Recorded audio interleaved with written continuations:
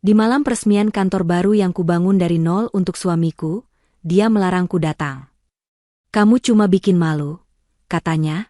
Ibu mertuaku tertawa dan menambahkan, "Tempatmu di rumah, cuci piring.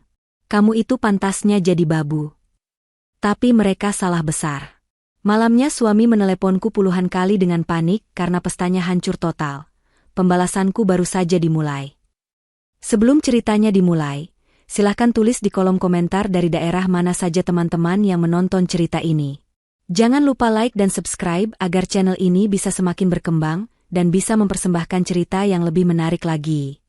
Malam itu, uap panas dari setrika berdesis pelan di ruangan yang hening.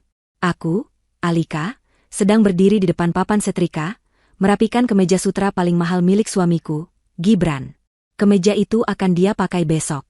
Besok adalah hari besar, peresmian kantor baru PT Cipta Karya, perusahaan yang kami rintis dari nol. Aroma wangi dari pelembut pakaian mewah memenuhi ruangan, tapi hatiku jauh lebih hangat mengenang aroma lain. Aroma mie instan yang kami bagi dua di rumah kontrakan peta kami dulu, aroma kopi hitam pekat yang kuseduh jam 3 pagi untuk menemaninya merancang proposal pertama. Aku tersenyum tipis. Kantor baru itu adalah impian kami. Sebuah menara kaca di pusat kota. Aku ingat betul bagaimana aku menjual satu-satunya warisan berharga dari almarhum ayahku, sebidang tanah kecil di kampung, untuk modal awal. Aku ingat bagaimana aku bekerja ganda, pagi hari mengurus administrasi, malam hari ikut lembur menyusun strategi pemasaran. Gibran adalah wajah perusahaan, dia yang pandai bicara. Aku adalah mesin di baliknya, yang memastikan semuanya berjalan tanpa celah. Dan kini, kami berhasil. "Kemeja kamu sudah rapi, Mas," kataku lembut, sambil menggantung kemeja itu dengan hati-hati. Gibran baru saja keluar dari ruang kerjanya. Dia tampak gagah dengan jam tangan barunya, hadiah dariku saat ulang tahun perusahaan kelima. Dia melirik kemeja itu sekilas, lalu menatapku. Tatapannya dingin, berbeda dari tatapan Gibran yang ku kenal dulu. "Besok kita berangkat jam berapa? Apa aku perlu siapkan dasi yang biru tua?" tanyaku, masih antusias. Gibran tidak langsung menjawab. Dia berjalan ke minibar, menuang segelas air dingin. Dia menenggaknya sekali teguk sebelum akhirnya bicara. Suaranya datar, tanpa emosi. "Besok kamu tidak usah ikut." Aku tertegun. Setrika yang masih kupegang terasa mendingin. "Apa maksudmu, Mas? Ini kan peresmian kantor kita. Aku sudah siapkan gaun yang kita beli di Paris bulan lalu." Gibran mendengus. Dia menatapku dari atas ke bawah. Hijab panjangku, pakaian rumahku yang sederhana. Ada cibiran di sudut bibirnya. "Dengar, Alika. Semua yang datang besok itu dari kalangan elit. Para investor besar, pejabat, sosialita. Kamu cuma bikin malu aja nanti." Napasku tercekat. "Bikin malu? Aku istrimu, Gibran." "Justru karena kamu istriku, kamu harus tahu diri," katanya tajam. "Penampilanmu itu, sudahlah. Aku tidak mau reputasiku hancur cuma karena kamu salah bicara atau salah kostum di depan mereka. Kamu di rumah saja." Tiba-tiba, tawa melengking terdengar dari arah ruang keluarga. Ibu Rina, ibu mertuaku, berjalan mendekat sambil membawa cangkir tehnya. Dia selalu ada, selalu menjadi bensin yang menyiram api di antara kami. "Benar kata Gibran itu," sahut Ibu Rina, matanya yang penuh riasan menatapku dengan hina. "Lagi pula, acara orang-orang penting begitu bukan tempatmu. Kamu di rumah saja. Cuci piring, bersihkan rumah. Kamu itu pantasnya jadi babu, bukan berdiri di sebelah CEO." Hinaan itu terasa seperti tamparan fisik. Aku menatap Gibran, mencari pembelaan. Mencari sisa-sisa pria yang dulu menangis di bahuku saat tender pertama kami gagal. Tapi Gibran hanya diam. Dia membuang muka, seolah membenarkan setiap kata yang diucapkan ibunya. Baginya, aku yang membantunya membangun istana ini dari gundukan tanah, kini tidak lebih berharga dari seorang pembantu. "Sudah, jangan dibahas lagi. Ini keputusanku," kata Gibran final. Dia lalu sibuk dengan ponselnya, mengetik sesuatu dengan cepat, ada senyum tipis di wajahnya. Dadaku sesak. Aku ingin berteriak.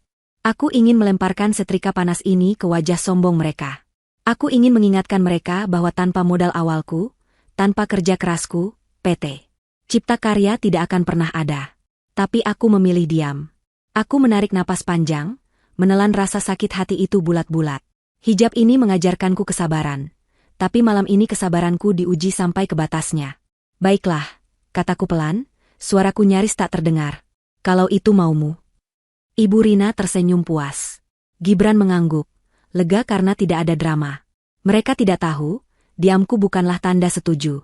Diamku adalah tanda dimulainya sebuah perhitungan. Aku kembali ke kamar, meninggalkan mereka berdua yang mulai tertawa, dan membahas betapa megahnya pesta besok. Aku duduk di tepi ranjang. Air mataku akhirnya jatuh. Bukan air mata kesedihan, tapi air mata amarah yang membeku. Saat itulah Gibran masuk ke kamar mandi. Dia bersenandung, suara pancuran air mulai terdengar. Ponselnya yang mahal, yang juga aku belikan, tergeletak di meja nakas. Ponsel itu bergetar. Sebuah notifikasi muncul di layar yang menyala. Aku tidak pernah menyentuh barang pribadinya. Tapi malam ini, sesuatu mendorongku. Aku melirik layar itu. Nama kontaknya, Vina Hati Merah 2. Isi pesannya membuat darahku serasa berhenti mengalir. Sayang, baju pestaku sudah siap. Aku tidak sabar diperkenalkan sebagai pasangan CEO hebat sepertimu besok. Aku akan jadi wanita paling bahagia di pesta itu. Jadi, ini alasannya. Dia tidak hanya melarangku datang. Dia melarangku datang karena dia akan membawa wanita lain. Dia akan memperkenalkan selingkuhannya di acara yang kubangun dengan darah dan air mataku, sebagai pasangannya. Rasa sakit itu hilang seketika. Berganti dengan sesuatu yang dingin, tajam, dan sangat fokus. Gibran telah salah besar. Dia dan ibunya telah meremehkan wanita yang salah. Mereka pikir aku adalah babu yang penurut. Mereka tidak tahu siapa aku sebenarnya. Suara pancuran air masih terdengar. Aku mengambil ponselku sendiri. Aku tidak akan menangis lagi. Malam ini, aku akan merencanakan pembalasanku. Pesta besok akan tetap berjalan, tapi itu akan menjadi pesta kehancuran mereka. Gibran keluar dari kamar mandi dengan handuk melilit pinggangnya, aroma sabun mahal menguar. Dia melihatku duduk diam di tepi ranjang, masih dengan pakaian yang sama. "Kamu belum tidur?" tanyanya, nadanya sedikit curiga. Aku mengangkat wajahku, memasang ekspresi datar. Aku tidak enak badan. Sepertinya aku akan tidur lebih awal. Dia mengamati wajahku sejenak, mencari tanda-tanda perlawanan atau tangisan. Ketika dia tidak menemukan apa-apa selain kelelahan palsu yang kutampilkan, dia terlihat lega. Dia dan ibunya benar, aku adalah wanita lemah yang mudah dipatahkan. "Baguslah," katanya. "Jangan lupa minum obat. Besok aku sibuk sekali, jangan meneleponku kalau tidak penting." "Tentu," jawabku singkat. Dia berbaring di ranjang, dengan cepat meraih ponselnya dan memunggungiku. Aku bisa melihat bahunya sedikit bergetar menahan tawa saat dia mengetik balasan untuk selingkuhannya. Dia pikir aku tidak tahu. Dia pikir aku bodoh. Aku menunggu. 1 jam. 2 jam. Hingga akhirnya dengkuran halus Gibran terdengar, disusul oleh keheningan total dari kamar Ibu Rina di seberang lorong. Rumah mewah yang kubeli dengan jerih payahku ini akhirnya terlelap, tidak menyadari badai yang akan datang. Aku bangkit dari ranjang tanpa suara. Aku tidak pergi ke kamar tidur tamu. Aku berjalan menuju ruang kerjaku di lantai bawah. Gibran dan Ibu Rina mengira ruangan ini adalah tempatku menyulam atau membaca buku agama. Mereka tidak pernah masuk ke dalamnya.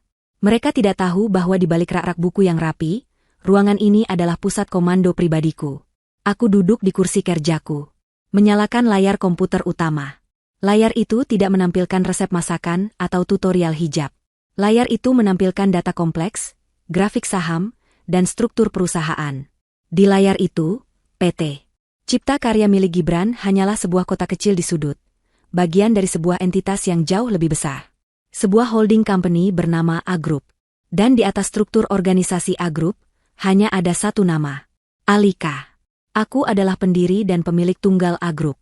Gibran tidak tahu. Dia pikir A Group adalah investor misterius dari luar negeri yang mempercayainya untuk memimpin anak perusahaan mereka di Indonesia. Dia tidak tahu bahwa investor itu tidur di sebelahnya setiap malam. Dia tidak tahu bahwa gaji CEO-nya, bonusnya, rumah ini, mobilnya, semua berasal dari kantongku. Kesabaranku telah habis. Malam ini, aku akan mengambil kembali apa yang menjadi milikku. Aku melakukan panggilan video pertama. Wajah seorang pria parubaya yang tenang namun tegas muncul di layar. Ini adalah Pak Anton, tangan kananku, Direktur Keuangan A Group yang sebenarnya. "Selamat malam, Ibu Alika. Maaf, ada masalah mendesak?" tanyanya, melihat jam di latarnya yang menunjukkan pukul 1 pagi. "Selamat malam, Pak Anton," kataku, suaraku dingin dan profesional. Suara CEO, bukan suara istri yang teraniaya. "Saya punya beberapa instruksi untuk besok pagi. Tepat pukul 6 pagi, saya mau Anda bekukan semua aset atas nama Gibran Ramadan." Pak Anton mengangkat alis, tapi dia tidak bertanya mengapa. Dia seorang profesional. "Semua aset, Bu? Termasuk rekening gajinya?" "Semua. Rekening pribadi, kartu kredit korporat tanpa batas yang dia pegang, akses dana operasional PT Cipta Karya. Blokir semuanya. Alihkan otoritas pencairan dana perusahaan kembali ke saya, efektif segera." "Baik, Bu. Akan saya laksanakan." "Ada lagi?" "Ada. Tim catering, event organizer, dan penyedia jasa keamanan untuk acara peresmian PT Cipta Karya besok. Saya mau semua pembayaran ditahan. Hubungi mereka satu persatu malam ini juga. Katakan ada masalah administrasi serius dari pihak holding company. Batalkan semua layanan." Pak Anton sedikit terkejut. "Dibatalkan, Bu? Tapi itu acara besar. Para tamu. Tamu-tamu itu adalah kolega saya, Pak Anton. Bukan kolega Gibran. Saya yang mengundang mereka atas nama A Group. Biarkan mereka datang. Saya ingin mereka melihat kekacauan itu dengan mata kepala mereka sendiri." Pak Anton mengangguk paham. "Siap, Ibu Alika. Semuanya akan beres sebelum matahari terbit." Panggilan pertama selesai. Aku beralih ke panggilan kedua. Kali ini ke Kepala Keamanan Gedung A Tower, gedung baru yang akan diresmikan itu. Gedung yang, tentu saja, juga milikku. "Selamat malam, Pak Kepala Keamanan," sapaku. "Ibu Alika. Selamat malam. Ada yang bisa kami bantu?" "Persiapan untuk acara besok sudah 90%, lapornya bangga. Ada perubahan rencana. Besok, tidak ada peresmian apapun. Acara atas nama PT Cipta Karya dibatalkan." Pria itu terdiam bingung. "Dibatalkan? Tapi, Bu, Pak Gibran?" "Pak Gibran bukan pemilik gedung ini. Saya pemiliknya. Perintah saya jelas. Tutup akses lift eksekutif menuju ballroom utama. Matikan pendingin udara dan sistem suara di area itu. Saya tidak mau ada satupun orang bisa masuk ke ballroom," tegasku. "Biarkan lobi utama tetap terbuka. Biarkan para tamu dan wartawan berkumpul di sana." "Siap, laksanakan, Ibu Alika." Panggilan kedua selesai. Roda pembalasan telah berputar. Langkah terakhir. Aku membuka aplikasi perjalanan. Aku tidak akan ada di rumah besok untuk mencuci piring. Aku memesan 1 tiket first class ke Bali untuk penerbangan paling pagi, pukul 5.30. Aku juga memesan private villa termewah di Uluwatu, dengan pemandangan langsung ke samudra. Semuanya kutagih ke rekening utamaku di A Group. Aku berkemas. Bukan koper besar. Hanya 1 tas kabin kecil. Isinya beberapa pakaian santai, laptop rahasiaku, dan dokumen-dokumen penting. Aku meletakkan tas itu di dekat pintu ruang kerjaku. Aku kembali ke kamar tidur. Gibran masih terlelap, mungkin sedang memimpikan Vina dan pesta kemenangannya. Aku memandangnya lama. Tidak ada lagi cinta yang tersisa. Hanya ada rasa jijik dan penyesalan karena telah mempercayai orang yang salah. Aku menyetel alarm di ponselku. Pukul 4 pagi. Aku berbaring di sebelah Gibran, menutup mataku. Mereka ingin aku menjadi babu. Besok, dari villa mewahku di tepi pantai, aku akan menunjukkan kepada mereka apa yang bisa dilakukan oleh babu ini. Aku akan menghancurkan istana pasir yang dia bangun di atas pengkhianatannya. Dan aku akan melakukannya sambil menikmati pijatan dan air kelapa muda. Pukul 4 pagi, alarm di ponselku bergetar pelan di bawah bantalku. Aku segera mematikannya, tidak membiarkan bunyinya membangunkan Gibran yang masih terlelap dalam kebohongan. Aku bangkit dari tempat tidur seperti bayangan. Setiap gerakanku terukur dan senyap. Aku sudah mandi dan berganti pakaian di ruang kerjaku tadi. Hijab instan ku kenakan dengan cepat. Aku mengambil tas kabin kecilku yang sudah siap di dekat pintu ruang kerja.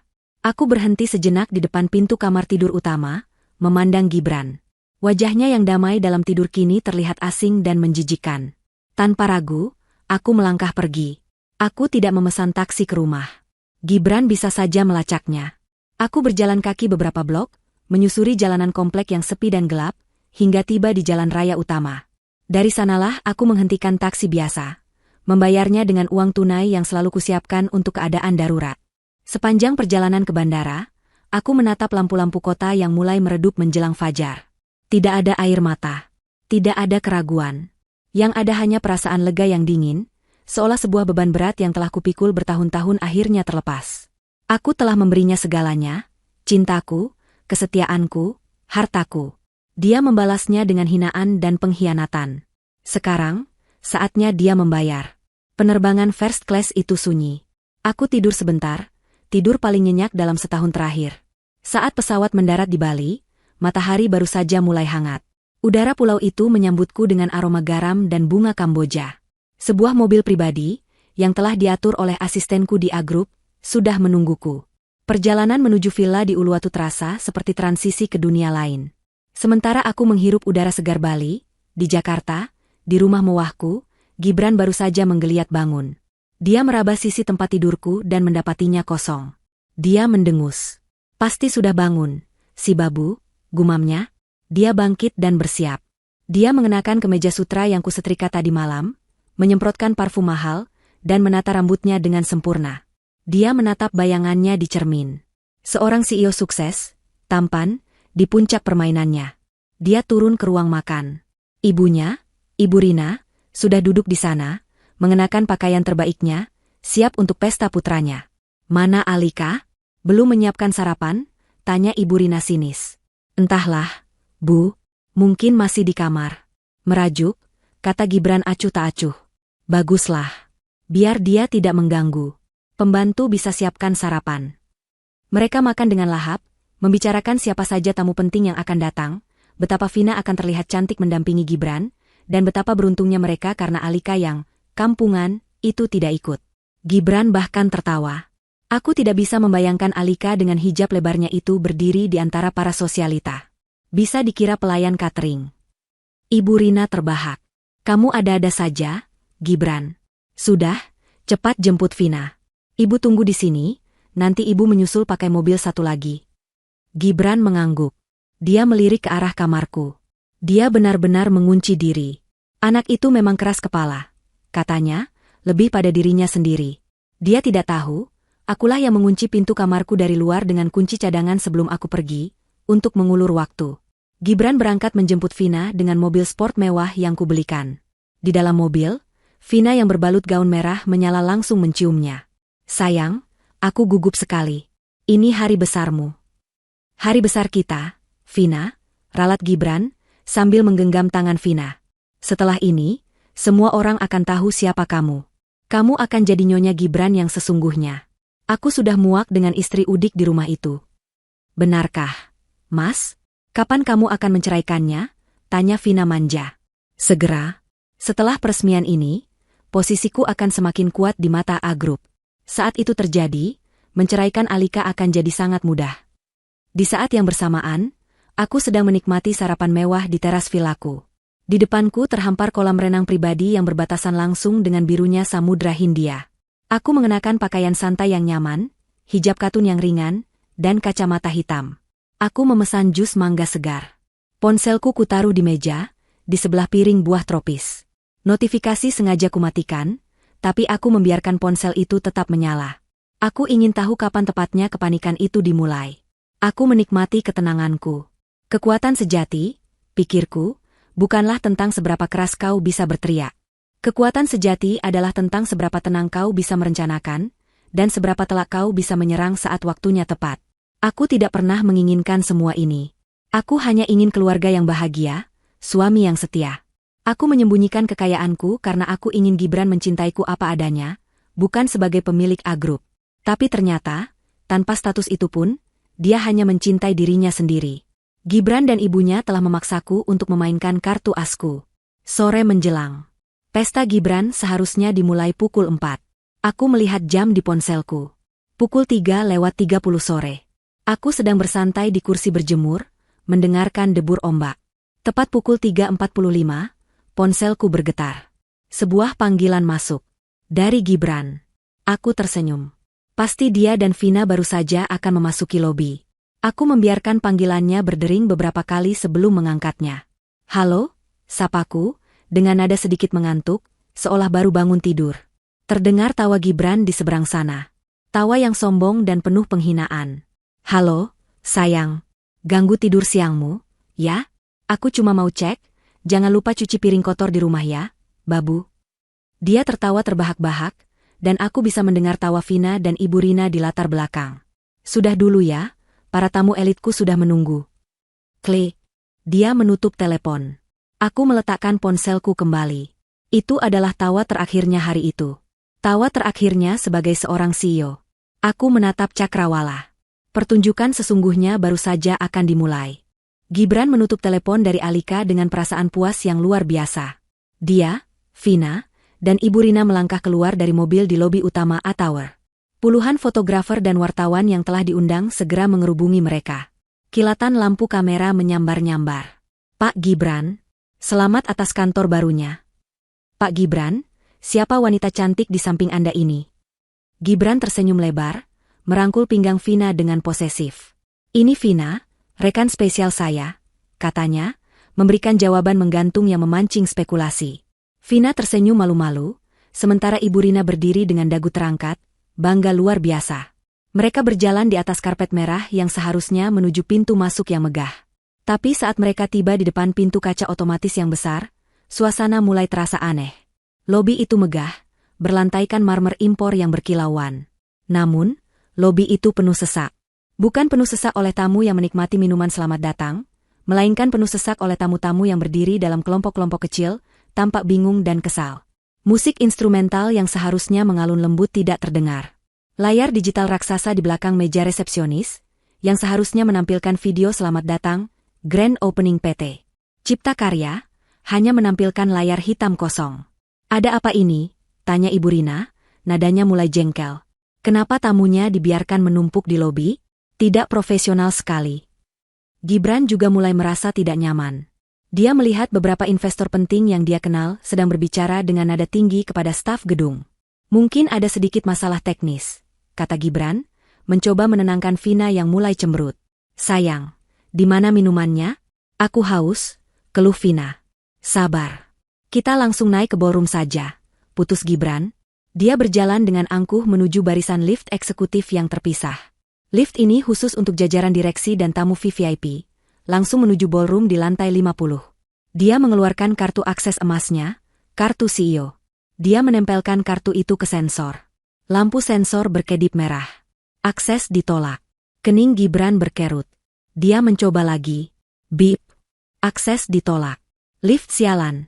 Umpatnya pelan. Dia mencoba lift di sebelahnya. Hasilnya sama. Keringat dingin mulai muncul di pelipisnya. Gibran, ada apa? Tanya Ibu Rina, suaranya semakin keras, menarik perhatian beberapa tamu di dekatnya. Kenapa liftnya tidak terbuka? Kamu ini CEO-nya, kan? Panggil petugasnya. Gibran panik. Dia berbalik dan berteriak ke arah meja resepsionis. Petugas. Keamanan. Ada apa dengan lift ini? Seorang manajer gedung berseragam rapi, yang sejak tadi sibuk ditarik-tarik oleh para tamu, berlari kecil menghampiri Gibran. Wajahnya pucat dan penuh keringat. Pak Gibran, maaf, Pak. Ada masalah, katanya gugup. Masalah apa? Saya lihat masalahnya. Liftnya mati. Tamu saya menumpuk di lobi. Catering di mana? Musik di mana? Ini acara peresmian saya, sembur Gibran. Itu dia masalahnya, Pak. Manajer itu menelan ludah. Kami baru saja mendapat instruksi mendadak 1 jam yang lalu. Instruksi langsung dari holding company. Jantung Gibran berdebar kencang. Instruksi apa? Saya tidak memberi instruksi apa-apa. Instruksi untuk membatalkan semua fasilitas acara PT Cipta Karya, Pak, kata manajer itu lirih, seolah takut didengar. Semua layanan dibatalkan. Catering diminta putar balik di lobi barang. Tim audio-video diperintahkan untuk mengemasi peralatan mereka. Listrik dan pendingin udara di ballroom lantai 50 sudah dipadamkan. Dunia Gibran seakan runtuh dalam sekejap. Dibatalkan? Siapa yang berani membatalkan? Saya CEO-nya. A Group mempercayai saya. Perintahnya datang langsung dari Dewan Direksi Tertinggi A Group, Pak. Mereka bilang. Bilang apa? Bentak Gibran. Mereka bilang, Anda sudah tidak punya wewenang lagi, Pak. Suara manajer itu, meskipun pelan, terdengar seperti ledakan bom di lobi yang mendadak hening. Para tamu dan wartawan yang berada dalam jangkauan pendengaran, terdiam. Lalu, bisik-bisik dimulai. Apa katanya? Tidak punya wewenang. Acaranya dibatalkan. Dia dipecat di hari peresmiannya. Kilatan lampu kamera kini bukan lagi memotret kesuksesan, tapi memotret skandal. Para wartawan merangsek maju, mikrofon teracung ke wajah Gibran yang pucat pasi. Pak Gibran, benarkah Anda dipecat? Siapa yang membatalkan acara ini? Apa yang sebenarnya terjadi dengan A Group? Vina, yang otaknya cepat memproses kata, tidak punya wewenang, langsung melepaskan rangkulannya di lengan Gibran. Wajahnya yang cantik berubah menjadi panik dan jijik. Dia mundur selangkah. Ibu Rina histeris. Kalian bohong. Ini pasti sabotase. Kalian semua iri dengan kesuksesan anak saya. Gibran, telepon atasanmu. Telepon investor itu. Gibran seperti robot. Tangannya gemetar hebat saat dia mengeluarkan ponselnya. Dia mencoba menelepon Pak Anton, yang dia pikir adalah direktur keuangannya. Panggilan itu langsung masuk ke kotak suara. Nomor yang Anda tuju sedang tidak aktif. Dia mencoba menelepon manajer banknya. Pak Gibran, maaf sekali. Saya baru dapat email. Semua kartu kredit korporat dan rekening perusahaan atas nama Anda dibekukan efektif 1 jam yang lalu. Ada audit mendadak dari holding. Dibekukan? Gibran mengulang kata itu seperti mantra orang linglung. Ini bukan kesalahan. Ini bukan sabotase biasa. Ini adalah serangan yang terencana, cepat, dan brutal. Seluruh fondasi hidupnya dicabut dalam hitungan menit. Dia melihat sekeliling lobi yang kacau. Para investor menatapnya dengan marah. Para wartawan memotretnya seperti binatang sirkus. Vina menatapnya seolah dia adalah kotoran. Hanya ada satu orang. Satu orang yang tidak ada di sini. Satu orang yang dia hina beberapa menit lalu. Alika. Dia tidak tahu kenapa, tapi instingnya mengatakan Alika tahu sesuatu. Mungkin Alika mengadu pada A Group? Tapi mengadu apa? Dengan tangan gemetar, dia mencari nama Alika di kontaknya. Dia menekan tombol panggil. Dia perlu melampiaskan kemarahannya. Dia perlu seseorang untuk disalahkan. Saat ponsel itu berdering di telinganya, manajer gedung yang malang itu mendekat lagi. Pak Gibran, maafkan saya. Saya harus memberitahu Anda ini. Apalagi? Teriak Gibran frustrasi. Perintah pembatalan ini ada surat resminya, baru saja terkirim ke email kami. Perintah ini ditandatangani secara digital oleh pemilik Saha Group. Siapa? Siapa namanya? Manajer itu menatap layar tabletnya. Atas nama Ibu Alika. Ibu Alika Hadinata. Gibran membeku. Nama itu, nama istrinya. Tapi, Hadinata, nama keluarga Alika? Dia bahkan tidak pernah peduli siapa nama keluarga istrinya. Alika, bisiknya. Dia menatap ponsel di tangannya, yang masih berdering, mencoba terhubung ke Alika. Suara di seberang sana akhirnya terangkat. Halo? Suara Alika terdengar tenang, jauh, dan diiringi debur ombak. Suara Alika di seberang telepon terdengar begitu tenang. Terlalu tenang. Suara debur ombak yang menjadi musik latarnya terdengar seperti ejekan di telinga Gibran, yang kini berdiri di tengah lobi yang riuh oleh kekacauan. Alika. Gibran berteriak ke telepon, suaranya pecah dan histeris. Seluruh tubuhnya gemetar, antara amarah dan ketakutan yang luar biasa. Para wartawan semakin merangsek maju, mengabadikan setiap detik kehancurannya. Kamu di mana? Apa yang sudah kamu lakukan? Kenapa acaranya dibatalkan? Di seberang sana, di villa mewahnya di Bali, Alika menyesap jus mangganya pelan. Dia membetulkan posisi kacamata hitamnya, menatap lautan biru yang berkilauan. Loh, Mas? Kok teriak-teriak? Bukannya lagi pesta? Acaranya kan sudah mulai? Suaranya terdengar polos, pura-pura bingung. Jangan pura-pura bodoh, Alika, raung Gibran. Dia seperti singa yang terluka. Manajer gedung bilang, kamu yang membatalkan semuanya. Dia menyebut namamu. Alika Hadinata. Siapa itu? Apa maksud semua ini? Di lobi, Ibu Rina mendengar nama Alika disebut. Wajahnya yang tadi pucat kini memerah karena murka. Alika? Berani-beraninya perempuan itu. Dia pasti main dukun. Dia menyabotase acara anakku. Gibran, kasih teleponnya ke ibu. Gibran, dalam kepanikannya, menyerahkan ponsel itu kepada ibunya. Ibu Rina langsung menyalak. Haha, Alika. Dasar istri tidak tahu diri. Kamu pakai ilmu hitam apa? Hah? Kamu merusak pesta anak saya. Kamu mau saya kutuk jadi perawan tua?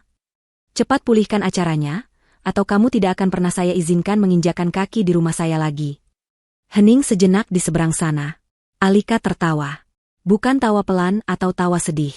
Itu adalah tawa yang jernih, lepas, dan penuh kemenangan. Tawa yang belum pernah didengar Gibran dan Ibu Rina sebelumnya. Rumah? Ulang Alika, suaranya kini berubah.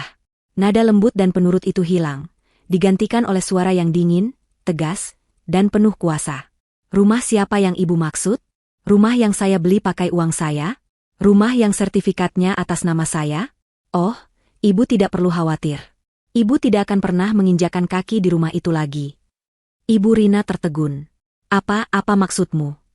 Mas Gibran, kata Alika, mengambil alih pembicaraan. Gibran merebut kembali ponselnya. Manajer gedung itu tidak salah. Akulah yang membatalkan semuanya. Aku, Alika Hadinata, pendiri dan pemilik Tunggal A Group. Perusahaan yang kamu pimpin itu, PT Cipta Karya, hanyalah anak perusahaan kecil yang modal awalnya saja pakai uang hasil jual tanah warisan ayahku. Kamu hanya CEO boneka yang aku gaji, Gibran. Ponsel itu hampir terlepas dari genggaman Gibran.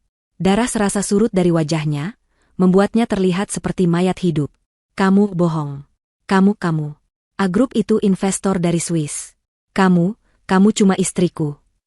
Aku istrimu, potong Alika. Istri yang kamu sebut, bikin malu. Istri yang kamu bilang, pantasnya jadi babu.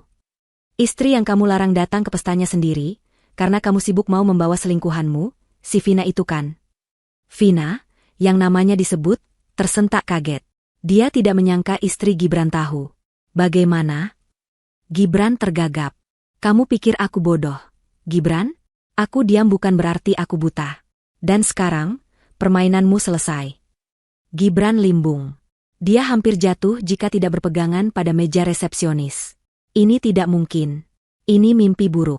Alika, istrinya yang berhijab lebar, yang selalu menurut, yang dia anggap bodoh dan kampungan, adalah pemilik A Group? Pemilik gedung ini? Pemilik hidupnya? Alika. Sayang, ini pasti salah paham. Gibran mengubah nadanya seketika. Dari raungan singa menjadi rengekan anak kucing. Sayang, tolong jangan bercanda seperti ini. Para tamu melihatku. Ini reputasiku. Reputasimu? Alika tertawa lagi, kali ini sinis. Reputasimu sudah hancur saat kamu memutuskan untuk mengkhianatiku.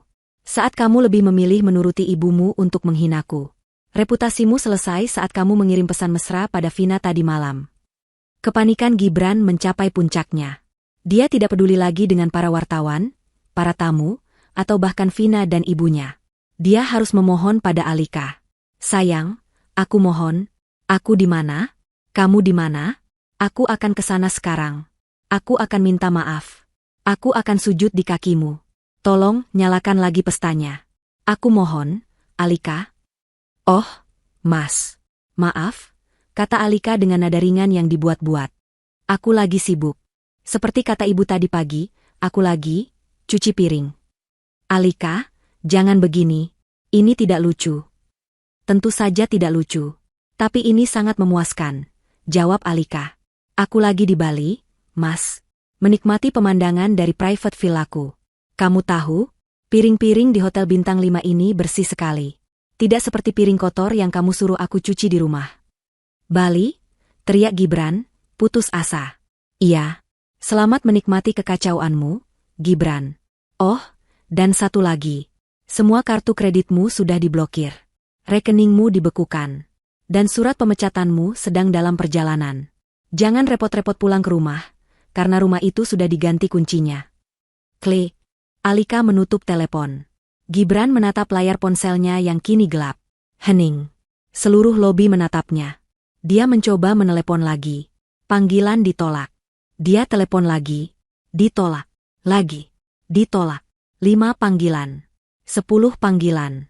20 panggilan. Puluhan panggilan histeris dia lakukan, tapi Alika tidak lagi mengangkatnya. Nomornya diblokir.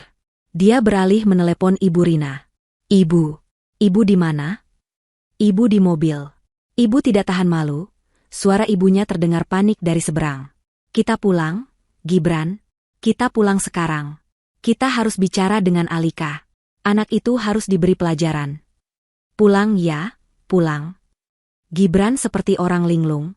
Dia tidak peduli lagi pada Vina yang menatapnya jijik. Dia tidak peduli pada investor yang meneriakinya, penipu. Dia mendorong kerumunan wartawan, berlari keluar lobi, dan masuk ke mobilnya. Cepat, Bu, kita harus pulang. Ini gila, ini semua gila. Gibran menginjak pedal gas dalam-dalam, meninggalkan Atauer yang kacau balau di belakangnya. Dia masih berharap ini semua hanya lelucon kejam. Dia masih berharap Alika ada di rumah, menangis di kamar, dan semua ini bisa diselesaikan. Dia tidak tahu, mimpi buruknya baru saja dimulai. Perjalanan pulang ke rumah terasa seperti perjalanan menuju tiang gantungan. Gibran mengemudi seperti orang kesetanan, menyalip mobil-mobil lain dengan ceroboh. Ibu Rina di kursi penumpang terus-menerus mengomel, menyumpah serapah, menyalahkan Alika, Vina, manajer gedung, dan semua orang kecuali dirinya dan putranya. Berani-beraninya dia, istri durhaka. Pasti dia mencuri uangmu, Gibran. Dia pasti memalsukan dokumen. Tidak mungkin perempuan bodoh seperti dia bisa punya perusahaan sebesar itu. Ini pasti akal-akalan dia, cerocos Ibu Rina tanpa henti. Gibran tidak menjawab. Otaknya bekerja keras, mencoba mencerna informasi yang baru saja dia terima. Alika adalah A Group. Alika adalah atasannya. Alika adalah pemilik segalanya. Jika itu benar, maka dia bukan hanya kehilangan pekerjaan. Dia kehilangan segalanya. Dia teringat semua hal kecil yang selama ini dia abaikan. Teringat bagaimana Alika tidak pernah sekalipun meminta uang padanya. Teringat bagaimana Alika selalu tenang saat dia mengeluh soal keuangan di awal pernikahan, dan tiba-tiba saja, investor dari Swiss, itu muncul. Teringat bagaimana Alika kadang-kadang berbicara di telepon dengan bahasa Inggris bisnis yang fasih, yang Gibran kira hanya untuk pamer. Teringat bagaimana Alika dengan mudahnya menyetujui pembelian rumah mewah dan mobil-mobil sport. Gibran mengira Alika terbuai oleh kekayaannya, padahal Alikalah yang membayarnya. Bodoh, bodoh, bodoh. Gibran memukul setir mobilnya. Dia bukan hanya pengkhianat, dia adalah pria paling bodoh di muka bumi. Dia telah menghina ratu yang menyamar sebagai pelayan. Mobil sport itu berdecit kencang saat memasuki gerbang komplek perumahan elit mereka. Dari kejauhan, Gibran bisa melihat rumahnya yang megah. Tapi ada yang aneh. Gerbang otomatisnya tertutup rapat. Dan di depan gerbang, berdiri dua orang satpam berseragam hitam yang tidak dia kenali. Di samping mereka, berdiri seorang pria yang sangat dia kenal. Pak Anton. Pria yang Gibran kira adalah direktur keuangannya. Pria yang panggilannya masuk ke kotak suara tadi. Pria itu kini berdiri tegak, mengenakan setelan jas yang rapi, menatap Gibran dengan ekspresi dingin tanpa emosi. Di sebelahnya lagi, berdiri seorang pria lain membawa map kulit tebal. Kenapa mereka ada di sini? Desis Ibu Rina. Gibran, tabrak saja gerbangnya. Jangan gila, Bu, bentak Gibran. Dia menghentikan mobilnya tepat di depan gerbang. Jantungnya berdebar begitu kencang hingga terasa sakit.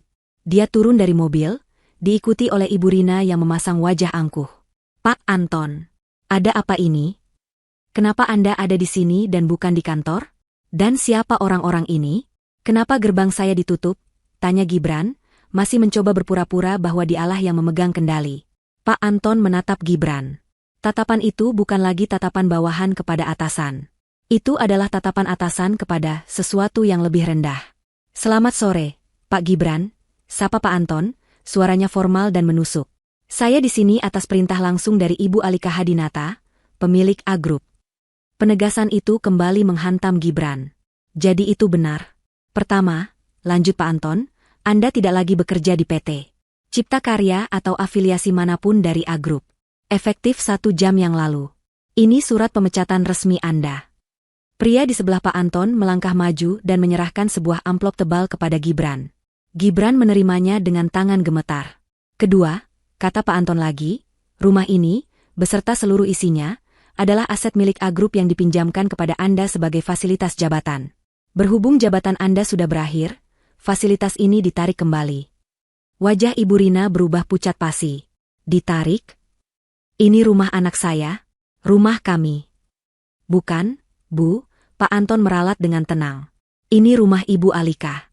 Dan beliau meminta Anda berdua untuk mengosongkan tempat ini dalam mari kita lihat. Pak Anton melirik jam tangannya, 1 jam. Tepatnya, Anda punya sisa waktu 50 menit lagi sebelum tim kami masuk untuk mengemasi barang-barang pribadi Anda. Mengosongkan? 1 jam. Kami mau tinggal di mana? Ibu Rina menjerit histeris. Itu bukan lagi urusan A-Group, jawab Pak Anton datar. Ah, dan satu lagi. Pria pembawa map kulit itu kembali maju. Ini surat gugatan cerai dari Ibu Alika untuk Anda, Pak Gibran. Gibran kini memegang 2 surat, surat pemecatan dan surat cerai. Gugatan cerai ini, tambah si pengacara, disertai dengan tuntutan ganti rugi atas penggelapan dana perusahaan yang Anda lakukan. Penggelapan dana? Gibran tergagap. Ya, pembelian apartemen rahasia untuk Nona Vina di Pondok Indah, transfer rutin bulanan ke rekening pribadinya, hadiah-hadiah mewah, liburan, semuanya menggunakan rekening korporat. Ibu Alika memiliki semua buktinya. Nota, rekaman CCTV, transfer bank. Semuanya lengkap. Ini bukan lagi pemecatan. Ini adalah penghancuran total. Alika tidak hanya mengambil kembali tahtanya, dia memastikan Gibran tidak punya apa-apa lagi untuk memulai hidup baru. Dia akan dipenjara. Tidak, tidak mungkin. Alika tidak mungkin sekejam ini. Rintih Gibran, akhirnya jatuh berlutut di atas aspal yang panas. Dia menangis.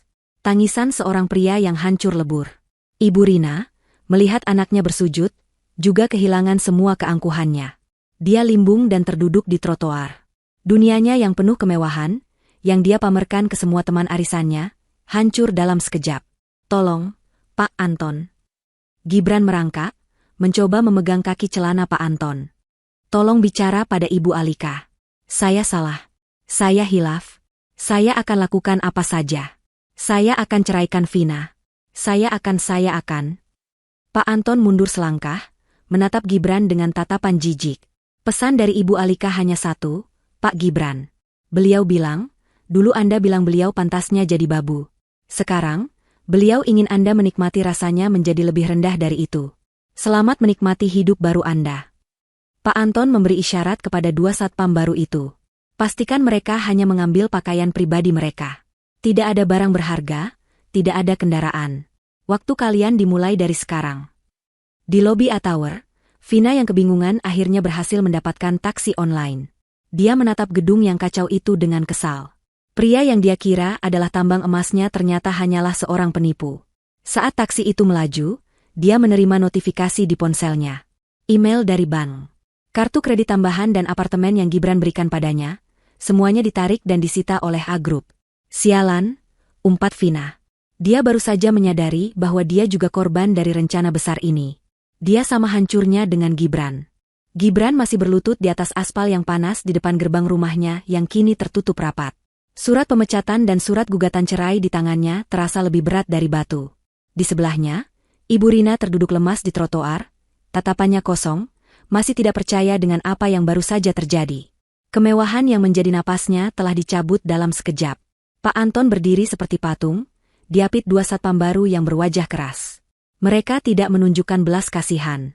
Waktu kalian berjalan, Pak Gibran, Ibu Rina, kata Pak Anton, suaranya datar. 50 menit. Ibu Rina tersentak dari lamunannya. Wajah kosongnya seketika berubah menjadi murka. Aku tidak mau pergi. Ini rumahku. Aku ibunya Gibran. Gibran yang membelikan rumah ini. Dia bangkit berdiri, mencoba menerobos gerbang. Alika, keluar kamu, perempuan licik. Kamu tidak bisa mengusirku. Salah satu satpam itu maju selangkah. Tubuhnya yang tegap menghalangi jalan Ibu Rina. Maaf, Bu. Perintah atasan kami jelas. Anda bukan lagi penghuni di sini. Mohon kerjasamanya. Pergi kalian. Babu tidak tahu diuntung, jerit Ibu Rina. Gibran bangkit dengan sisa-sisa tenaganya. Dia menarik lengan ibunya. Cukup, Bu. Cukup. Kita sudah kalah. Kata-kata itu terasa pahit di lidahnya. Kita ambil barang-barang kita. Pak Anton mengangguk sekali. Gerbang kecil di samping gerbang utama dibuka. Silakan. Tim kami akan mengantar Anda ke kamar masing-masing. Kalian hanya boleh membawa pakaian pribadi dan barang-barang sentimental yang tidak memiliki nilai jual. Semua aset perusahaan, termasuk perhiasan, jam tangan, barang elektronik, dan kendaraan, akan tetap di sini. Ini adalah penghinaan terakhir. Mereka digiring masuk rumah mereka sendiri seperti pencuri. Satu satpam mengawal Gibran ke kamar utama, satu lagi mengawal Ibu Rina ke kamarnya. Di depan pintu kamar mereka, masing-masing sudah disiapkan 2 buah kotak kardus besar yang masih baru. Silakan, Pak. Waktu Anda 30 menit, kata satpam yang mengawal Gibran. Gibran masuk ke kamar yang megah itu. Aroma parfum Alika yang lembut masih tertinggal. Di atas meja rias, semua perlengkapan Alika sudah tidak ada. Lemari pakaian di sisi Alika juga kosong. Dia sudah merencanakannya. Dia sudah pergi jauh sebelum ini. Gibran membuka lemarinya sendiri. Puluhan setelan jas impor tergantung rapi. Kemeja-kemeja sutra. Di laci, berderet jam tangan mewah, beberapa di antaranya bernilai miliaran. Dia mengulurkan tangan untuk mengambil jam favoritnya. Maaf, Pak, suara satpam itu menghentikannya. Itu fasilitas perusahaan. Tangan Gibran mengepal. Dia berbalik, membuka laci pakaian dalamnya. Dia mulai melempar kaos oblong, celana dalam, dan kaos kaki ke dalam kotak kardus. Dia mengambil beberapa celana jeans lama dan kemeja kasual yang sudah pudar warnanya. Dia bahkan tidak diizinkan membawa koper. Hanya kotak kardus coklat yang memalukan. Sementara itu, di kamar sebelah, jeritan histeris Ibu Rina terdengar. Jangan sentuh itu. Itu tasku. Aku yang beli. Gibran mendengar suara satpam yang tenang. Maaf, Bu. Tas ini terdaftar dalam audit aset. Ini dibeli menggunakan kartu kredit korporat. Kurang ajar. Ini perhiasanku. Berlian ini asli. Gibran yang belikan. Maaf, Bu. Perintah tetap perintah. Anda hanya boleh membawa pakaian. Ibu Rina menangis sejadi-jadinya. Dia melempar pakaian-pakaian mahalnya ke dalam kotak, sambil terus mengutuk Alika. Iblis berhijab. Perempuan ular. Aku tidak akan memaafkanmu, Alika. Aku akan menyumpahimu sampai 7 turunan. Gibran menutup matanya. Kutukan ibunya terdengar kosong. Mereka sudah tidak punya apa-apa lagi untuk dikutuk. Selesai mengemas, Gibran duduk di tepi ranjang. Dia melihat satu foto di meja nakas. Foto pernikahan mereka. Alika tersenyum begitu tulus, matanya berbinar bahagia. Dia terlihat cantik dalam balutan hijab pengantinnya. Gibran mengambil bingkai foto itu, hendak memasukkannya ke kotak. Foto itu juga tinggal, Pak, kata si satpam. Bingkainya terbuat dari perak murni. Aset perusahaan. Gibran membanting foto itu ke lantai. Kaca pecah berderai. Wajah bahagia Alika kini tertutup retakan. Ambil semuanya, teriak Gibran frustrasi. Dia menutup kotak kardusnya dengan kasar. Waktu habis. Gibran dan Ibu Rina digiring kembali ke lobi rumah. Pak Anton dan si pengacara sudah menunggu di dekat pintu keluar. Satu hal lagi, kata si pengacara. Ibu Alika, atas kebaikan hatinya, masih memikirkan nasib ibu Anda, Bu Rina. Ibu Rina mendongak, ada sedikit harapan di matanya. Ibu Alika sudah membayarkan uang sewa sebuah rumah kontrakan sederhana di daerah pinggir kota. Cukup untuk 6 bulan. Ini alamatnya. Si pengacara menyerahkan secari kertas. Setelah 6 bulan, Ibu Rina diharapkan bisa mengurus dirinya sendiri. Rumah kontrakan, desis Ibu Rina. Setelah semua ini, dia memberiku rumah kontrakan? Penghinaan macam apa ini? Bagaimana dengan saya? Tanya Gibran pelan. Si pengacara menatap Gibran. Anda tidak ada dalam daftar, Pak Gibran. Ibu Alika merasa Anda, sebagai seorang pria, bisa mengurus diri Anda sendiri. Tamparan ini terasa lebih sakit daripada surat pemecatan. Alika masih berbelas kasihan pada ibu yang menghinanya, tapi tidak padanya. Alika sudah membuangnya. Benar-benar membuangnya. Sekarang, silakan keluar, kata Pak Anton. Gibran dan Ibu Rina berjalan keluar dari pintu rumah mereka untuk terakhir kalinya, masing-masing memeluk kotak kardus. Gerbang ditutup dan dikunci di belakang mereka. Suara klik dari kunci baru itu terdengar seperti vonis mati. Mereka kini resmi menjadi gelandangan. Mereka berdiri di trotoar yang sepi. Tidak ada mobil. Tidak ada sopir. Ponsel Gibran bergetar di sakunya. Dia melihat nama, Vina Hati Merah 2, di layar. Dia menekan tombol tolak. Ponsel itu bergetar lagi. Vina menelepon lagi. Gibran menolaknya lagi. Sesaat kemudian, sebuah pesan teks masuk. Huruf kapital semua. Dasar penipu. Jadi kamu cuma CEO boneka? Pria miskin. Jangan pernah hubungi aku lagi. Semua kartu dan apartemenku disita gara-gara kamu. Kembalikan semua waktuku. Bajingan. Gibran membaca pesan itu dengan nanar. Inilah wanita yang dia puja. Wanita yang karenanya dia menghina istrinya sendiri. Siapa? Tanya Ibu Rina ketus. Vina, jawab Gibran kosong. Pelakor itu. Ibu Rina tiba-tiba meledak. Dia mencoba merebut ponsel Gibran. Ini semua gara-gara dia. Dia yang meracuni pikiranmu. Dia yang membuatmu melawan Alika. Gibran menatap ibunya. Wajah ibunya yang penuh amarah kini terlihat tua dan menyedihkan. Bukan, Bu, kata Gibran pelan, suaranya serak. Ini bukan gara-gara Vina.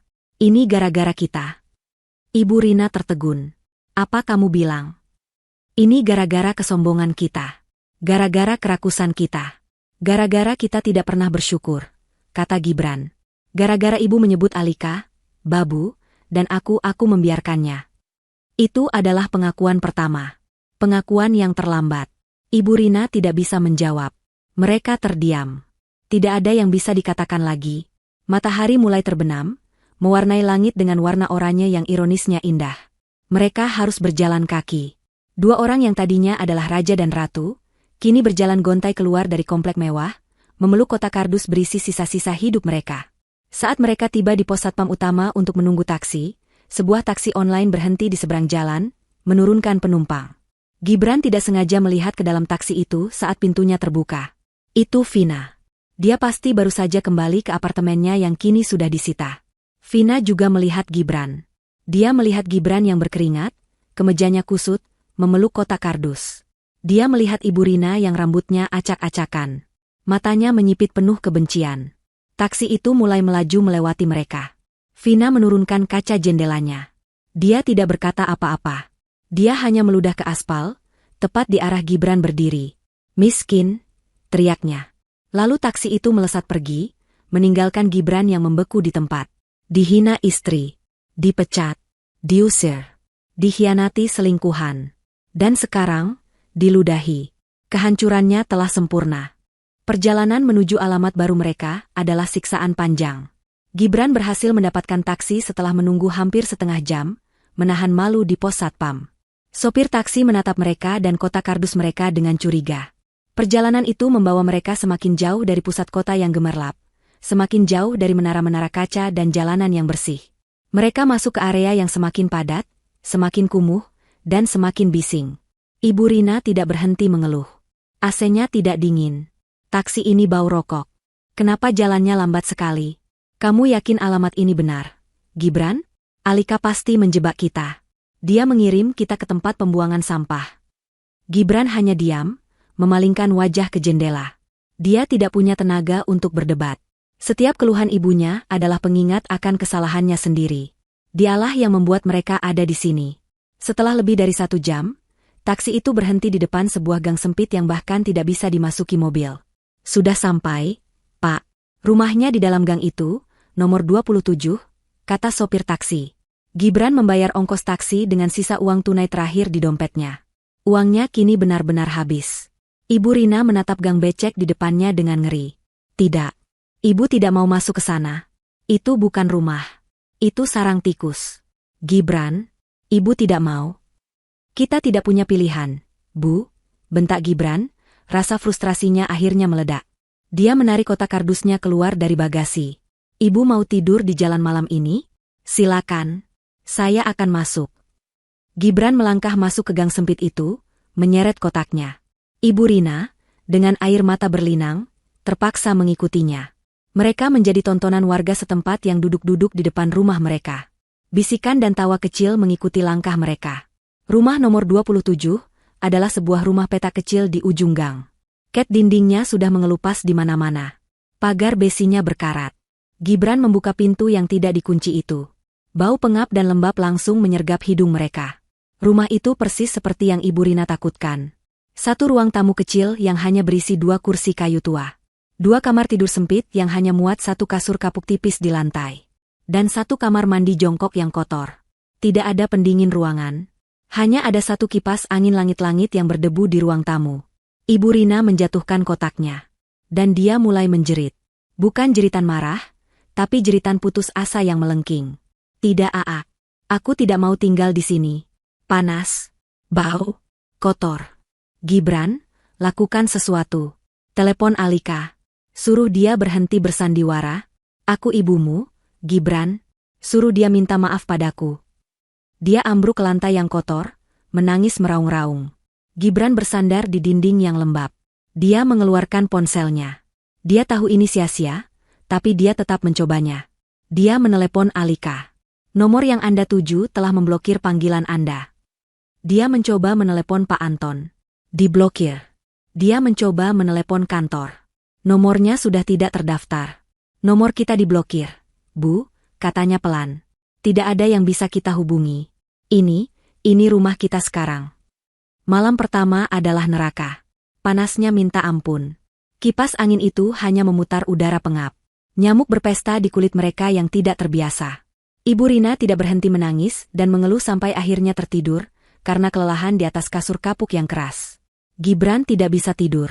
Dia duduk di ruang tamu yang gelap, ditemani suara cekcok tetangga sebelah dan raungan motor yang lewat di jalan raya. Dia lapar. Sejak sarapan mewah tadi pagi, yang terasa seperti sudah 1000 tahun lalu, mereka belum makan apa-apa. Dia memeriksa dompetnya. Kosong. Dia memeriksa aplikasi bank di ponselnya. Semua rekeningnya menampilkan saldo nol. Dibekukan. Dia tidak punya uang sepeser pun. Dia, Gibran Ramadan, mantan CEO, tidak punya uang untuk membeli sebungkus mie instan. Ironis, mengingat dulu dia dan Alika sering berbagi mie instan karena cinta. Sekarang dia akan kelaparan karena pengkhianatan. Hari-hari berikutnya terasa semakin berat. Ibu Rina menolak melakukan apapun. Dia hanya duduk di kursi kayu, melamun, atau menangis, atau menyalahkan Gibran. Rumah itu semakin kotor. Piring bekas makan bubur yang Gibran beli dengan sisa uang koin terakhir, menumpuk di dapur. Bu, setidaknya cuci piring, kata Gibran. Apa? Kamu menyuruhku cuci piring? Kamu lupa aku ini siapa? Aku ibumu. Dan aku anakmu yang sudah tidak punya apa-apa, balas Gibran. Kita tidak punya babu lagi, Bu. Alika benar. Sekarang, ibu yang harus cuci piring. Atau kita makan pakai daun. Gibran, didorong oleh rasa lapar dan putus asa, terpaksa melakukan apa yang belum pernah dia lakukan. Dia mengambil tumpukan piring kotor itu, pergi ke kamar mandi, dan mulai mencucinya dengan sabun colek batangan yang ada di sana. Dia, yang tangannya terbiasa memegang pulpen mahal dan setir mobil sport, kini berlumuran busa sabun kotor. Sementara itu, karma untuk Ibu Rina datang dari arah lain. Ponselnya, yang paket datanya masih aktif, mulai dibanjiri pesan dari teman-teman arisannya. Rina, kamu di mana? Kok tidak datang ke pesta anakmu? Rin, aku dengar gosip. Benar Gibran dipecat? Ya ampun, Rin, aku baru lihat videonya di akun gosip. Itu Gibran diusir dari kantornya, kan? Dan itu Vina meludahi dia? Memalukan sekali. Berita kehancuran Gibran menyebar seperti api. Lengkap dengan foto Gibran yang berlutut di depan Pak Anton, dan video memalukan saat Vina meludahinya. Nama Ibu Rina, yang selalu sombong dan pamer, kini menjadi bahan tertawaan. Dia dikeluarkan dari grup WhatsApp arisan mewahnya. Teman-teman sosialitanya memblokir nomornya. Dia terisolasi. Putus asa karena tidak punya uang, Ibu Rina teringat sesuatu. Dia masih punya harta karunnya. Perhiasan dan tas yang ada di dalam dompetnya saat dia diusir. Itu tidak banyak, tapi cukup untuk bertahan hidup. Gibran, antar ibu ke toko emas, katanya suatu hari. Dengan sisa tenaga, Gibran menemaninya berjalan kaki ke pasar terdekat. Ibu Rina, dengan sisa keangkuhannya, masuk ke sebuah toko emas kecil. Dia mengeluarkan kalung berlian yang selalu dia banggakan. Koko, saya mau jual ini. Ini berlian asli, lihat. Harganya pasti mahal. Pemilik toko emas itu mengambil kalung itu, mengamatinya dengan kaca pembesar, lalu menggoreskannya ke sebuah batu. Dia menggelengkan kepala. Maaf, Bu. Ini palsu. Kaca ini, cubik zirconia, kualitas paling rendah. Palsu. Ibu Rina memekik. Tidak mungkin. Anak saya yang belikan. Harganya ratusan juta. Kamu pasti mau menipu saya. Coba cek yang lain, kata Gibran. Ibu Rina mengeluarkan cincin dan anting-antingnya. Pemilik toko memeriksanya satu persatu. Palsu. Ini juga palsu. Semuanya imitasi, Bu. Ibu Rina menoleh ke Gibran, matanya menuntut penjelasan. Gibran? Gibran tidak bisa menatap mata ibunya. Dia malu setengah mati. Itu benar. Dia membelikan ibunya perhiasan palsu dan tas KW super.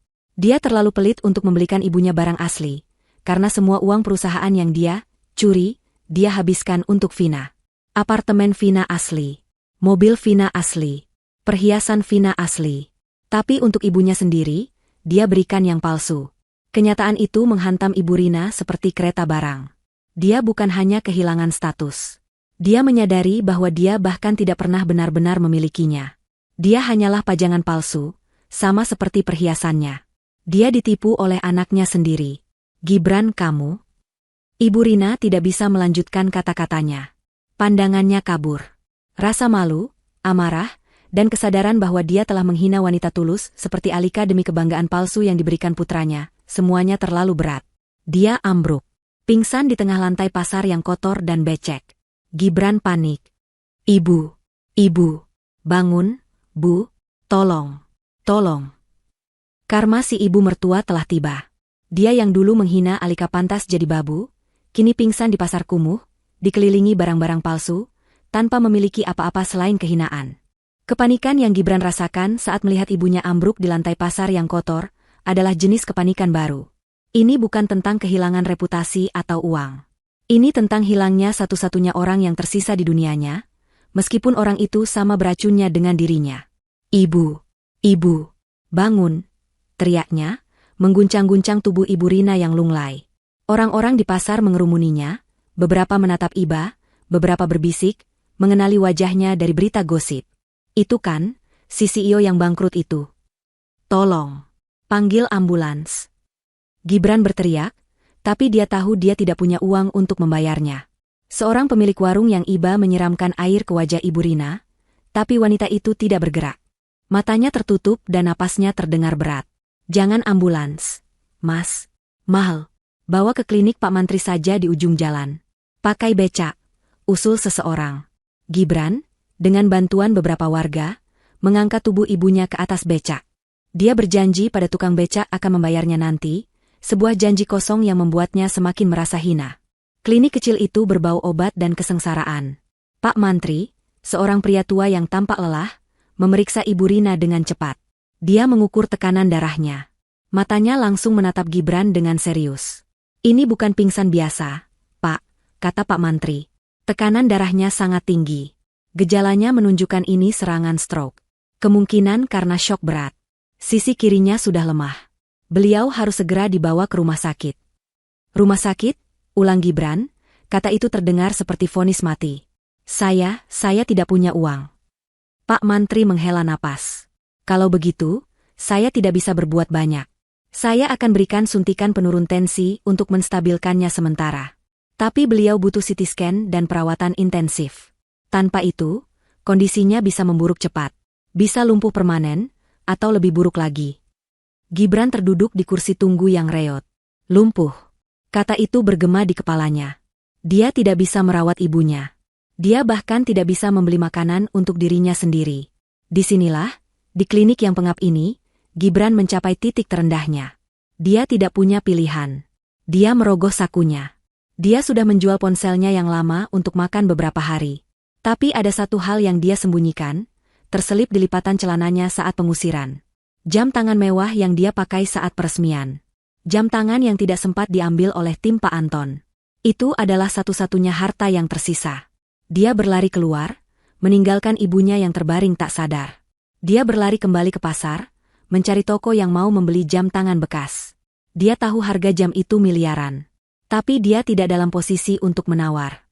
Dia hanya butuh uang tunai, sekarang juga. Pemilik toko jam di pasar itu menatap Gibran, lalu menatap jam di tangannya.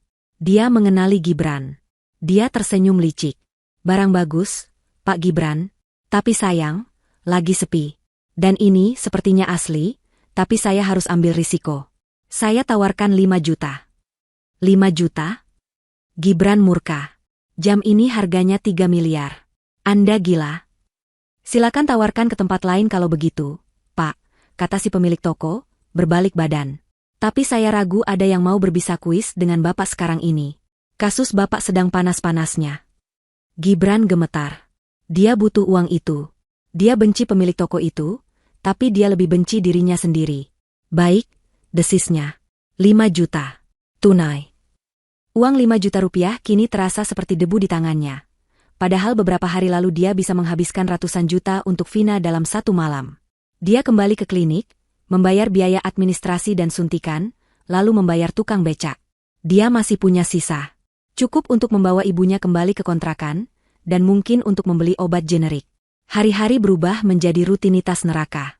Ibu Rina siuman, tapi seperti yang diperingatkan Pak Mantri, sisi kirinya lemah. Dia tidak bisa berjalan.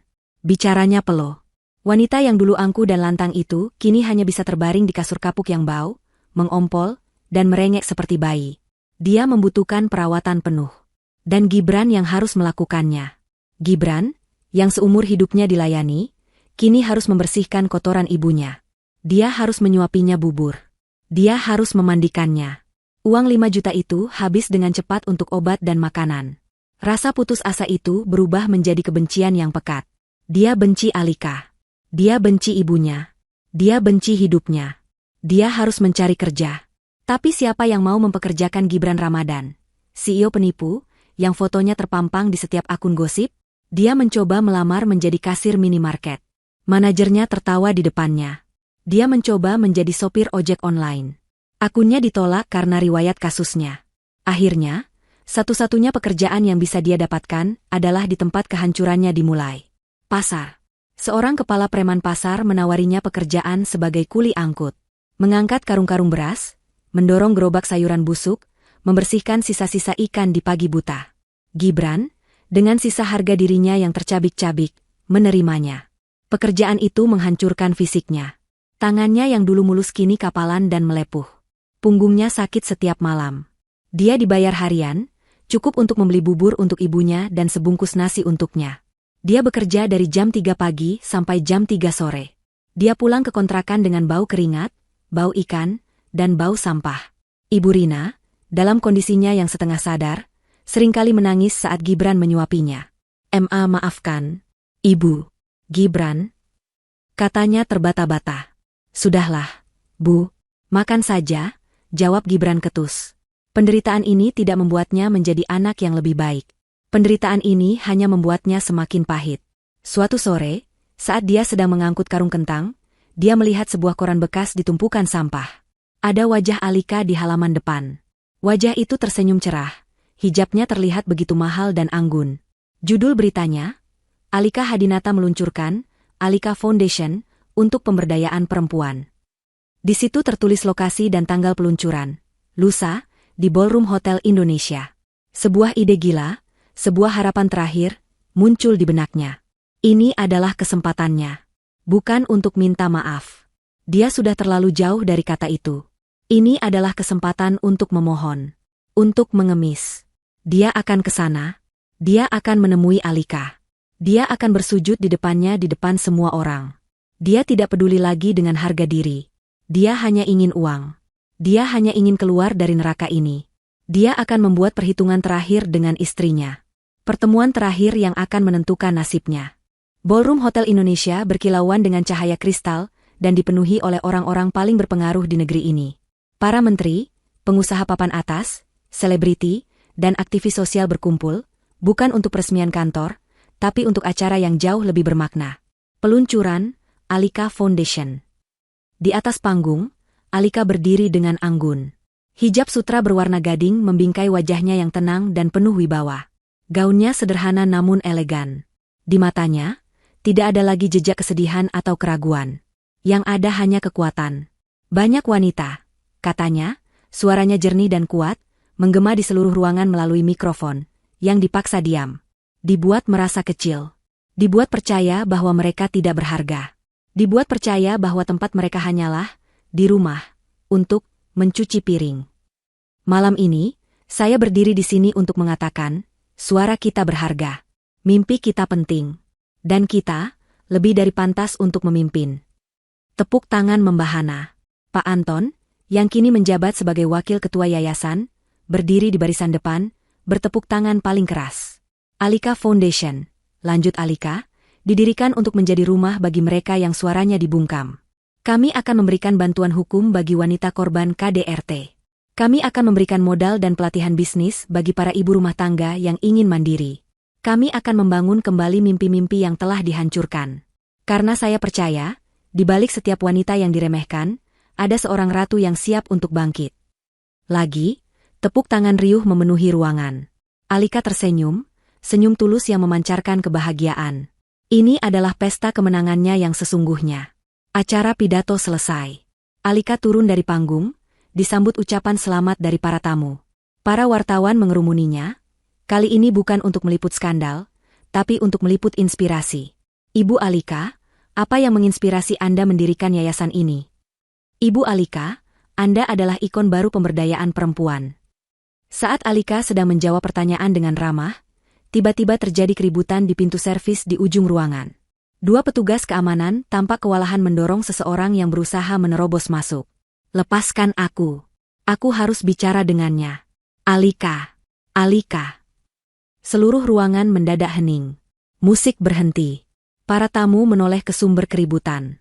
Dari kerumunan petugas, sesosok pria berhasil lolos. Dia kotor. Pakaiannya kumal, robek di beberapa bagian. Rambutnya gimbal dan berminyak. Wajahnya kurus, cengklungan, dan dipenuhi cambang yang tidak terurus. Bau keringat dan pasar yang menyengat langsung tercium bahkan dari jarak beberapa meter. Pria itu berlari, tersaruk-saruk, dan ambruk tepat di kaki Alika. Gibran. Para wartawan terkesiap. Kamera langsung menyala, mengabadikan momen yang luar biasa kontras itu. Sang ratu yang anggun dan si pengemis yang kotor. Alika. Gibran menangis, air matanya membasahi lantai marmer yang mahal. Dia bersujud, memegang ujung gaun Alika. Alika, aku mohon maafkan aku. Petugas keamanan bergerak cepat untuk menyeretnya pergi. Tunggu, kata Alika. Suaranya tenang, tapi mematikan. Para petugas berhenti. Alika menatap pria di kakinya. Pria yang dulu begitu tampan dan angkuh. Pria yang dulu menghinanya.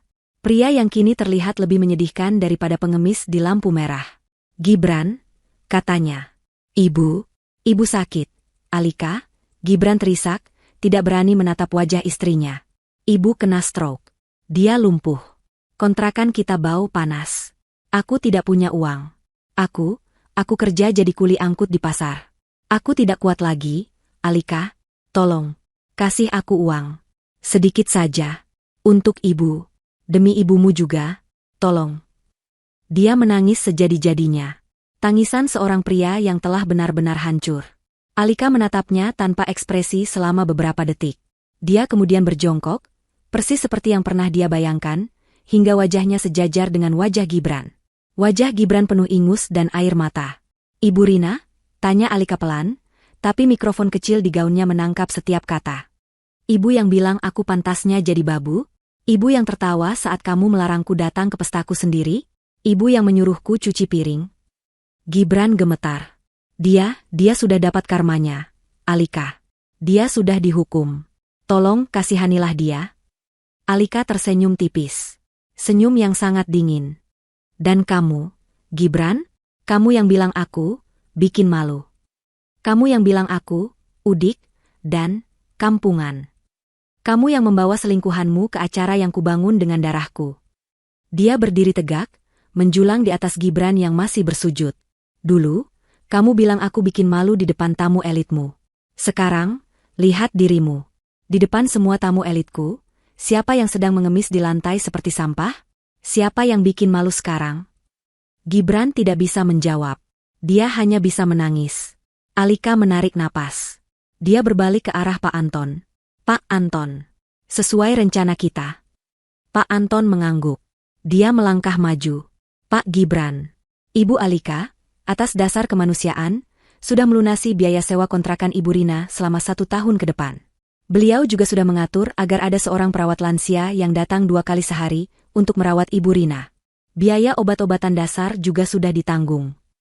Mata Gibran terbelalak penuh harapan. Uang? Jadi, Alika, kamu memaafkanku? Kita bisa? Saya melakukan itu, potong Alika, suaranya kembali menggelegar. bukan untukmu. Dan bukan untuknya. Saya melakukannya karena agama saya melarang saya membiarkan orang lain menderita, sekalipun dia adalah musuh yang telah menghinaku. Kewajiban saya sebagai manusia selesai sampai di situ. Harapan di wajah Gibran padam. Adapun kamu, Gibran? Alika menatapnya. Kamu masih muda. Kamu masih sehat. Kamu masih kuat untuk mengangkat karung di pasar. Dulu kamu menghina pekerjaanku yang tidak terlihat. Sekarang, nikmati pekerjaanmu yang dilihat semua orang. Dia berbalik membelakangi Gibran. Keamanan, katanya tegas. Tolong antarkan, Pak, Gibran ini keluar dari acaraku. Pastikan dia tidak pernah lagi muncul di hadapanku. Tidak, Alika. Jangan. Kasih aku kesempatan kedua. Alika, aku masih suamimu. Gibran berteriak panik saat petugas keamanan yang sigap mengangkat tubuhnya. Alika berhenti, tapi tidak berbalik. Oh, aku lupa, katanya.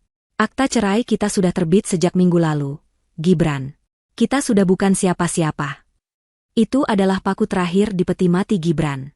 Dia diseret keluar ballroom, berteriak, meronta, memanggil nama Alika. Pintu ballroom yang besar dan mewah itu ditutup dengan pelan di depannya, membungkam teriakannya. Di dalam, Alika kembali menghadap para tamunya yang terdiam. Dia tersenyum tenang. Maafkan saya atas gangguan kecil tadi, katanya. Itu adalah contoh nyata, mengapa yayasan ini perlu ada. Mari kita lanjutkan. Masih banyak wanita hebat di luar sana yang menunggu untuk kita bantu. Tepuk tangan yang meledak setelah itu jauh lebih gemuruh dari sebelumnya. Para tamu tidak hanya melihat seorang filantropis. Mereka baru saja melihat seorang ratu yang mengambil kembali tahtanya dengan keadilan yang setimpal. Beberapa bulan kemudian, Alika berdiri di balkon kantor barunya di lantai teratas A-Tower, menatap matahari terbenam yang membanjiri Jakarta dengan cahaya keemasan. Yayasan miliknya sukses besar. Perusahaannya semakin maju. Dia akhirnya menemukan kedamaian. Jauh di bawah sana, di sebuah pasar yang becek, seorang pria kurus dengan tatapan kosong sedang mendorong gerobak berisi sisa-sisa sayuran busuk. Dia berhenti sejenak untuk mengelap keringat. Matanya menangkap selembar koran bekas yang terinjak-injak di lumpur. Ada foto Alika di sana, tersenyum, menerima penghargaan sebagai wanita paling berpengaruh tahun ini. Gibran menatap foto itu lama. Tidak ada lagi air mata. Hanya ada kehampaan yang abadi. Dia meludah ke tanah, lalu dengan marah menendang gerobaknya, dan terus mendorongnya ke dalam kegelapan malam. Karmanya telah lunas terbayar.